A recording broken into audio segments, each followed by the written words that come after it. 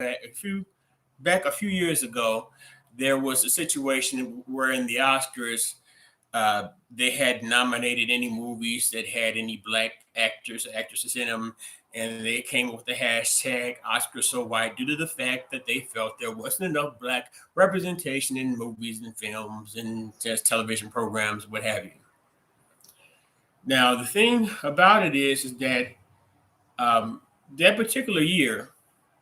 there was a boycott. There was allegedly supposed to be a boycott for the Oscars, but of course, as we know after the fact, Chris Rock, he was more than honored to go ahead and take the stage and do the honors of issuing out the awards, even though I'm sure maybe less than the normal amount of black actors and actresses were in the audience, but I'm sure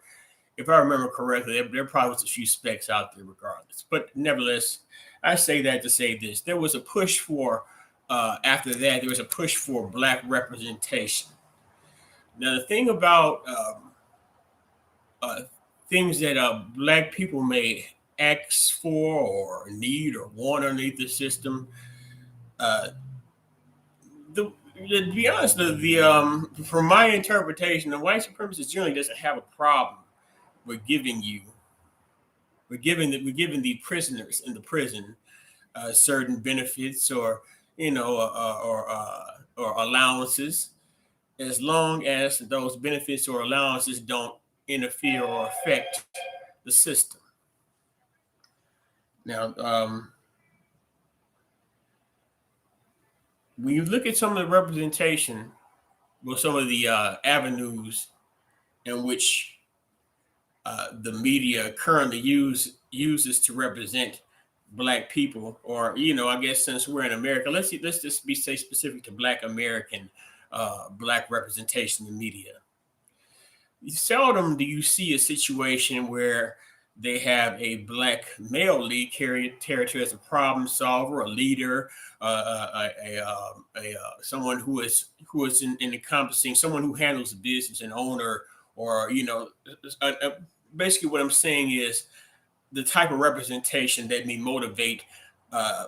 a viewer, a young viewer, or even a viewer of older age, of a grown age, in order to push them forward in order to just to achieve a similar type of outcome. That representation, if it's there, I don't see it pushed. I don't see it promoted. And the reason I believe that is because that type of representation is the type of representation that threatens the status quo. Because anytime you might get to a point where there's an organized group of black men that go about the work of solving problems, that go about the business of representing ourselves, and to the point where we are seen as, you know, even though we can't officially, officially be men, we may be biologically men, whatever, but officially men as man, be a man, a manager of things in this system, we cannot be that because whatever benefits, whatever goodies, or whatever things that we may need underneath this system ultimately has a 6 degree or less a separation towards the dominant side society, or should I say the white supremacist. But the thing about it, once again, what I say is that the white supremacists will give you all types of representation, as much representation as you want. It represent here, represent there, you represent however you want. But two things: the dominant society or the white supremacist reserves the right to give the guidelines of the representation you may have. You can represent yourself, but the type of representation, the manner in which you represent yourself, always has to go by the white supremacy. It always has to pass that. And the second thing is